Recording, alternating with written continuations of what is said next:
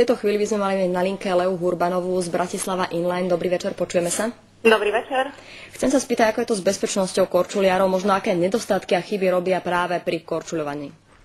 Z môjho pohľadu absolútne takým najväčším nedostatkom Slovákov na korčuliach je nedostatočná ochranná výstroj.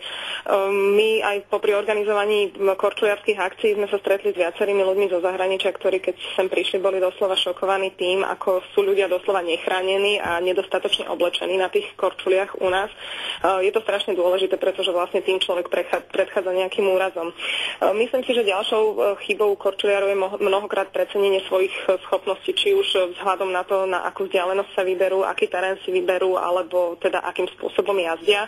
Mne to častokrát pripomína lyžiarske kopce, keď človek sa vyberie a rúti sa dolu kopcom a vlastne sám nevie, kedy, kde a ako zastaviť. Toto isté je vlastne korčuľovanie. Nedá sa jazdiť len smerom dopredu.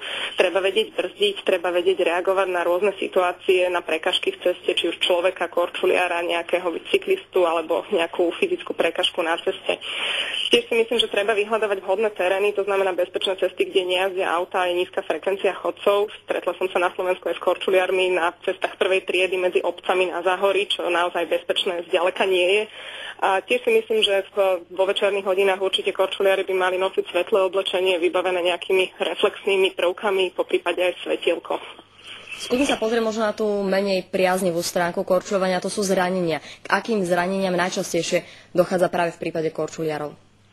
Korčuľovanie si myslím, že do veľkej miery je podobné naozaj zraneniami, povedzme cyklistike, ktorá takisto sa robí na asfaltovom teréne. Čiže myslím si, že väčšina úrazov vyplýva buď z nejakej neopatrnosti toho korčuliara, alebo z nezvládnutia danej situácie. Keď spomeniem nejaké ľahšie úrazy, sú to samozrejme nejaké bežné odraniny, či už zápestia, kolena, stehna, zadná časť tela, pretože to sú tie miesta, na ktoré človek má tendenciu padať, ale to sú práve aj tie miesta, ktoré si vieme chrániť. No a samozrejme potom sú väčšie úrazy, kde by som spomenula možno nejaké zlomeniny, narazené kostrče, môže ísť aj o nárazy hlavy. To sú väčšinou úrazy, ktoré už vznikajú pri väčších kolíziách, častokrát možno s iným korčuliarom pri naozaj veľkom nezvládnutí situácie. Veľmi pekne vám ďakujem za tento telefonický vstup a prajem vám ešte pekný večer. Do počutia. Ďakujem, pekný večer. Poďme sa teda pozrieť naozaj na tie spomínané zranenia a na to, ako sa im dá predísť. Čo všetko a ako sa dá chrániť pri korčuľovaní? Tak hlavne začiatočníci a ľudia, ktorí si kúpujú svoje prvé korčule, by si mali samozrejme k tomu zaobstarať aj chrániče nejaké. Ten základný chránič je minimálne ten chránič na ruky. Tuto na obrázku vidíme príľbu, tak samozrejme aj tá patrí k tomu. V dnešnej dobe čím ďalej, tým viac príľby sa kupujú, tak jak na lyžiach aj dneska, už aj na tých korčuliach sa viac kupujú príľby. Potom sú to tie kolená, ruky. Najdôležitejšie sú chrániče na zápestia, to sú najčastejšie úrazy v podstate. Čiže... Tu máme tú spomínanú brzdu, že teda treba vedieť aj brzdiť. Ako by mal byť možno človek vhodne oblečený na tie korčule? Plavky, bikiny, kraťase sú práve tým vhodným? No plavky vyzerajú veľmi dobre na korčuliach, teda, ale určite sú aj lepšie oblečenia, teda, ale ťažko povedať. Pokiaľ bude mať človek chrániče, tak aj také ľahšie oblečenie by mu nemalo spôsobovať problém, čiže tie najdôležitejšie miesta má chránené a je jedno, čo má pod tým v podstate, no, tak bude trošku uškretý. Ako sa správne starať o korčule, keď už naozaj príde zima, je zjavné, že už ich minimálne niekoľko mesiacov človek nevytiahne práve na tú hrádzu alebo na nejaký cyklistický chodník?